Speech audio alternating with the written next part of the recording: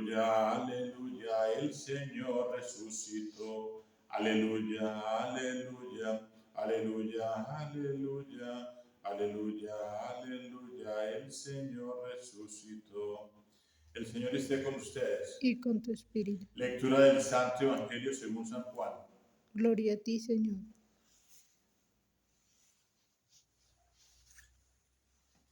Se celebraba en Jerusalén la fiesta de la dedicación del templo. Era invierno y Jesús se paseaba en el templo por el pórtico de Salomón.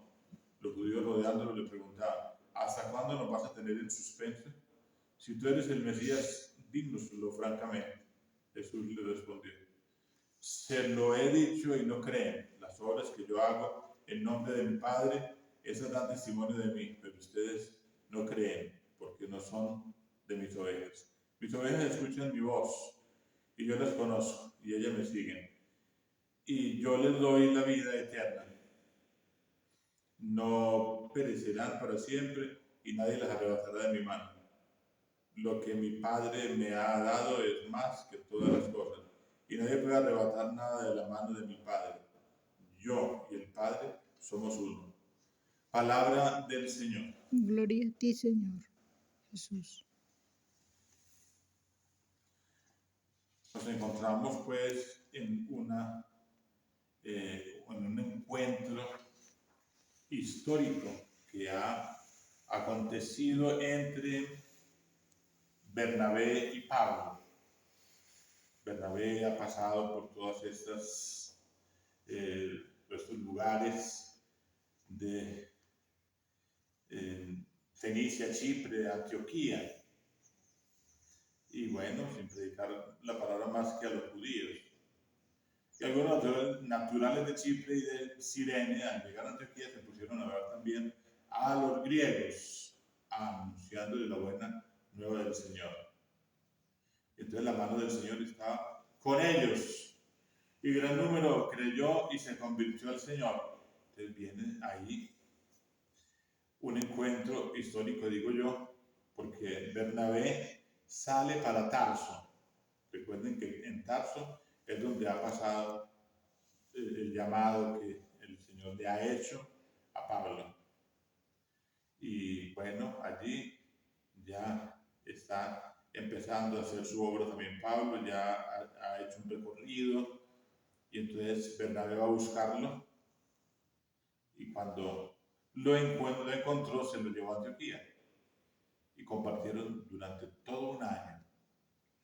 Estuvieron juntos en aquella iglesia, estuvieron a muchos, y fue allí, precisamente, en Antioquía, donde por primera vez los discípulos fueron llamados cristianos.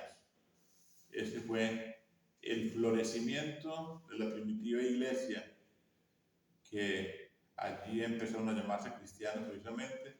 La gente se preguntaba, cuando los veían compartiendo todo lo que tenían: estos son cristianos porque mírenlos cómo se aman, cómo se aman. Y ese encuentro histórico sigue haciendo un recorrido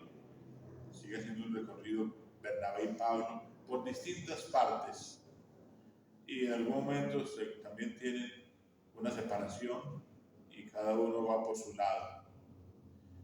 Y bueno, después de todo esto, Pablo ya va a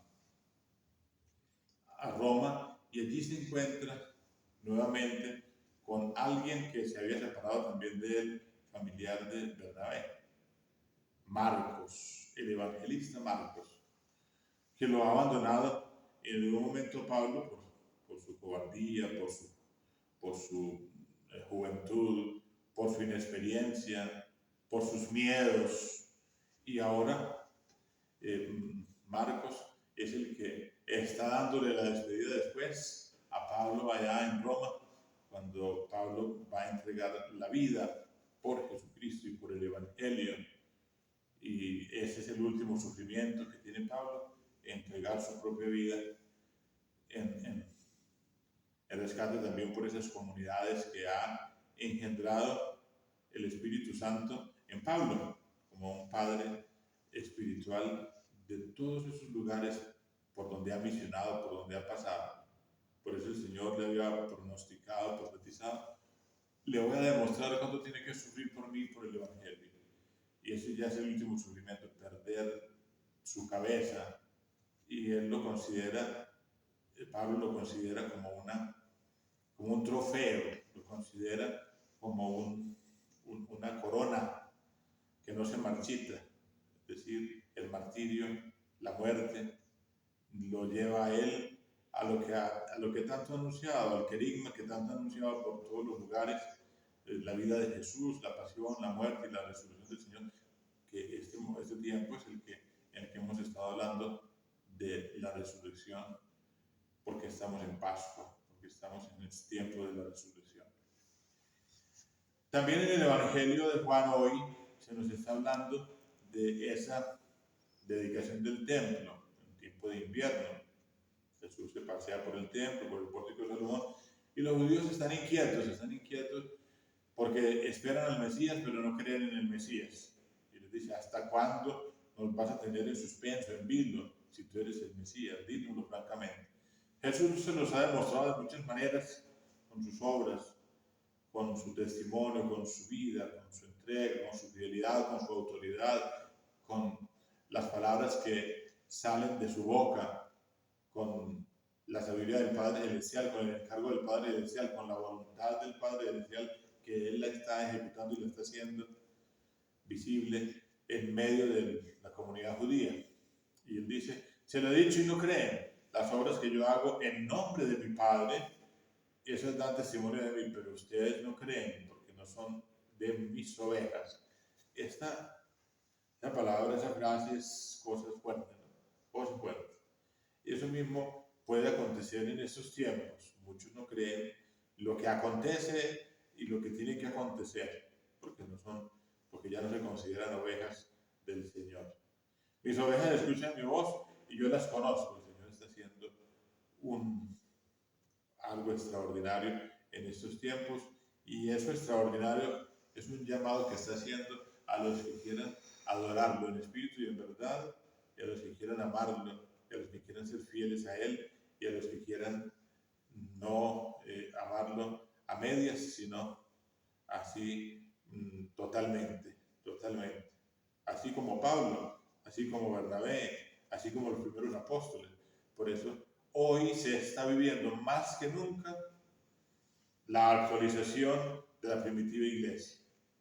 Y los que no creen son las estructuras, las que ya no creen que el Señor está haciendo su obra, no creen en la Eucaristía, aunque la repartan, aunque la den. Tanto así que en las conversaciones que uno tiene y en las visiones que el Señor da de lo que sucede todos los días, no visiones sobrenaturales, sino cosas realidades que se ven todos los días. Niños repartiendo la comunión, mujeres repartiendo la comunión, cualquier persona de blue jeans por ahí repartiendo la comunión, sin ser sacerdotes, sin ser ministros ordenados. Es decir, no creen en la Eucaristía, no se cree en la Eucaristía, no se cree en lo sagrado, porque cualquiera lo puede hacer. Entonces, si cualquiera lo puede hacer, quiere decir que ya no creen. Quiere decir que es cualquier cosa, ¿no? Que es cualquier cosa. Estos días hablábamos que hasta hay dispensarios ya en estos tiempos presentes de hostias consagradas en esos países avanzados. Dispensarios de hostias consagradas, así como si fuera una chocolatina, como si fuera un confite, como si fuera un dulce.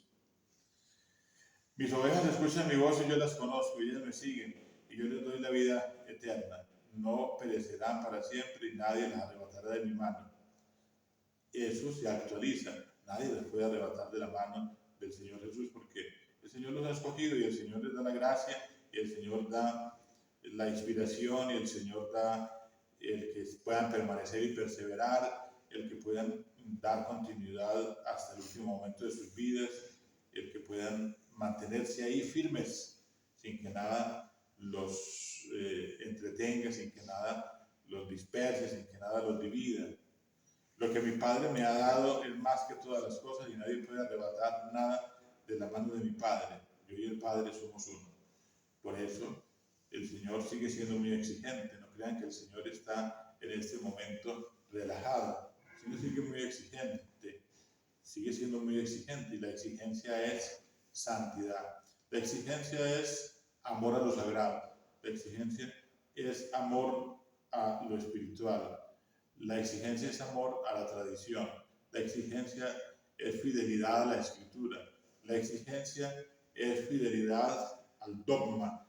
La exigencia es conservar el depósito de la fe. La exigencia es creer en lo que Él ha dicho. La exigencia es considerar la palabra como algo que permanece y que no se puede cambiar, que no se puede mudar, que no se puede alterar. Por eso la palabra de Dios ahí permanece, incólume, sin mancha, porque como sale de la boca de Dios, sale de la boca del Señor, inspirada por el Espíritu Santo. Por eso el Espíritu Santo hoy inspira. Muchos hablan y hablan y hablan y hablan y hablan y hablan y no los puede callar nadie, hablando tantas cosas que parecen lógicas, que parecieran lógicas y no son lógicas, porque la lógica divina es contraria a la lógica humana. Recuerden las palabras tan repetitivas: mis proyectos no son vuestros proyectos, mis planes no son vuestros planes, mis caminos no son vuestros caminos. No es el camino, no es el proyecto, no es el plan a mi manera, sino a la manera de Dios, a la manera del Señor, a la manera del Evangelio, hasta dar la vida y asumir seriamente ese compromiso. No es cosas que salen de la boca, porque el Señor puede estarnos diciendo lo mismo: este pueblo me alaba con los labios, pero su corazón está lejos de mí. Entonces, que el corazón nuestro no esté lejos de Dios, sino que esté puesto en el Señor, esté puesto en el Señor. Porque hoy miramos cosas, recuerdo en algún momento como en alguna representación del pesebre en algún lugar de La Mancha, sacerdotes y diáconos y fieles haciendo la representación del pesebre, se burlaban del pesebre,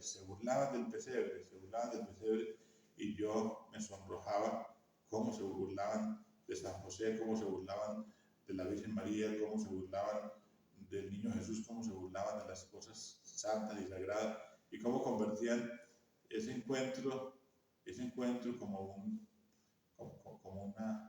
una burla, una mofa más de las que se ha dado al Señor, de las que se ha hecho el Señor, y no nos avergonzamos de burlarnos de lo sagrado, de lo santo. Y así también he escuchado a muchas otras personas, inclusive compañeros sacerdotes, burlándose de los mensajes de la Santísima Virgen María, burlándose de las personas que hacen hincapié en la fidelidad a la Virgen María, en la fidelidad al Señor Jesús por medio de la Santísima Virgen María.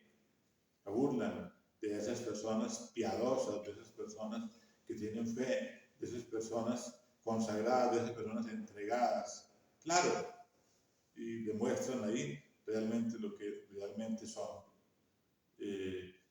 Unas personas que no aman su ministerio, o que no aman su vida cristiana, o que no aman la vida católica, sino que se avergüenzan de ella delante del mundo, y por eso se burlan de lo sagrado. Gloria al Padre, y al Hijo, y al Espíritu Santo.